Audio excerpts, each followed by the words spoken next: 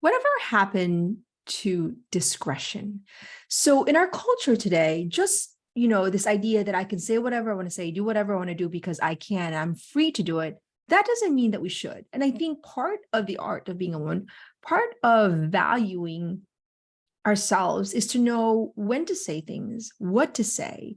And just because we can, that doesn't mean that we should. And this idea of discretion, I think, is an art. And we need to teach it again. And, I work with my children who are teenagers, and I have to coach them and train them because the norm is that say whatever you want to say whatever you want to feel, without understanding that there's consequence to every word that comes out of our mouth.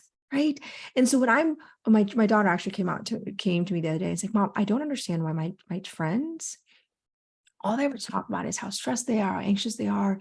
And they talk about things, Mom, that I feel like really it's kind of private information. And so um, it's not the fault of their own. I think that we have to develop a standard in our own home to know these are the things that are appropriate to talk about. We don't talk about, you know, we don't gossip. We don't talk about somebody's, challenges without their permission. We don't maybe, you know, um, to talk about like, we just went to the bathroom, right? Or I talk about puking in front of the dinner table.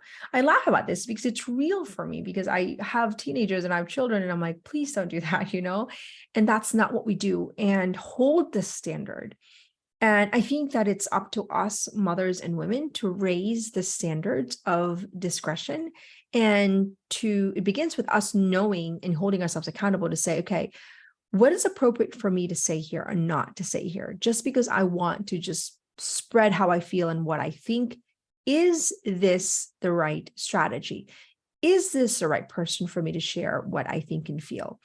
Is this the right time? Timing is in itself a skill. We need to know timing because we might be saying things and, spit things out, but maybe somebody's not paying attention to us. Maybe somebody's having a bad day and they can't receive it. It's important for us to understand discretion because it actually helps us hold a standard of respect. If I go and sort of kind of like, excuse this language, but it's hard for me to say it, but like if I go around tooting and burping and kind of like sitting inappropriately, my children will react to me differently.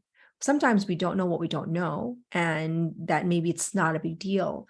But, when they go out into the world, they might also kind of not think it's a big deal when they're faced with friends or maybe end up in a relationship where the person doesn't value themselves to the highest level, which then eventually, kind of communicates to your child. And so what we want to do is teach the importance of discretion and hold that standard. That is not what we do.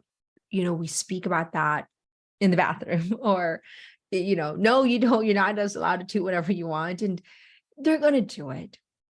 But they're also going to remember that mom held the line. And I know that even my husband, my mother-in-law is really just this graceful woman. And, they laugh about like having to have a fine, when they had to burp or whatever on the table. But the idea is that, every little thing that we do and not do actually contributes to our respectability and our ability to hold a standard. And so we need to start looking from within and looking at how we are actually holding ourselves to a higher standard by our ability to actually hold discretion. Simultaneously, it's important that we also raise a standard in our own home, in our culture, in our conversation, our community, in our friendship of discretion, where, you're just because your friends can talk about your other neighbor, that doesn't mean they should, and that you don't tolerate it. And so, I'd rather prefer not talk about this, and that you say it as it is, and you hold that culture where your presence is almost an accountability of respectability. And that you hold that as a mother, you hold that as a wife, you hold that as a spouse, you hold that as a friend. And that way, the people that you surround yourself with know that you respect yourself, and also that you hold a level of standard of how people treat you.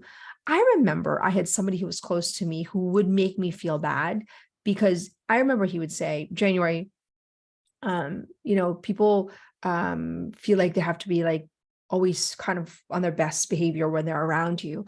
And I used to feel bad about that because I really wanted to be down to earth. And I think part of me and my story is that I am down to earth because I came from the Philippines. And to me, human life is extremely valuable coming from the slums or coming from, the Philippines where you've got rich and poor class. And so it was sort of kind of like really confusing to me that my presence felt like, people had to kind of best behavior. And it wasn't until my older years where I started training and started kind of really understanding the importance of the art of being a woman and protecting the sacredness of being a woman that I realized he was making me feel bad for something that I should have actually held my standard. Because when people around us feel like they need to be better and that they want to be better, it should be something that we need to celebrate. Our presence should make people want to be better and not feel like they can just let themselves go. Now, it is not in conflict with not feeling comfortable. I think it's important that we make people feel comfortable. I think that we can achieve both as an art to say, yeah, your presence is so loving, you're so warm, and you're so enthusiastic, and you're not pretentious, and you make them feel so welcome and so appreciated. But at the same time, you don't tolerate when they're negative towards you, or they're making fun of somebody, or they're being inappropriate. I think we can hold both standard together, and you become this sort of walking contradiction of discretion, of respectability, but also really loving, really kind, really gracious, and they feel the warmth in your presence, but also a standard of being respectful that I'm not going to, I'm not going to disrespect her, that she deserves that level of respect. And I think that it's not that we were walking around saying, I deserve respect, because I think we have this idea, kind of, I deserve respect, and this is where I need to be, and I need to hold my, respect, and you need to, all of that without us respecting ourselves is just noise.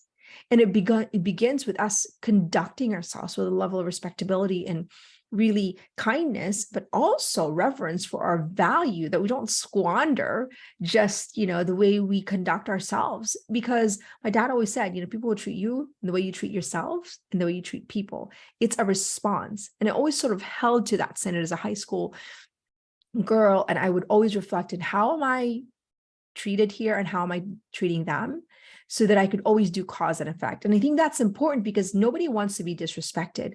Well, we can't control the way people respect us. We can't control people behave us. What we can control is our ability to control our level of discretion, our ability to be respectful, in command of our thoughts, our emotions, our body, our spirit, in the presence of those around us, so we can master our ability to contribute to the highest level and not miss an opportunity to actually allow people to sink to a lesser version of themselves.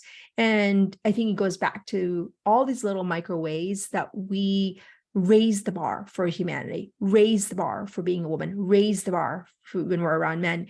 And that when men are around you, whether they're married men, they're friends of your community, you treat them with a level of reverence and respect, not flirting at all, but with a sincere reverence for the human person, that you at every level is holding yourself accountable to the words that you're choosing, the thoughts that you're thinking, the way you're conducting your body, the honor in which you are communicating yourself. And to me, we need more of that. We need to celebrate what it means to be a woman and celebrate our, the gift and the privilege of our ability to inspire and raise the standard for the lives around us.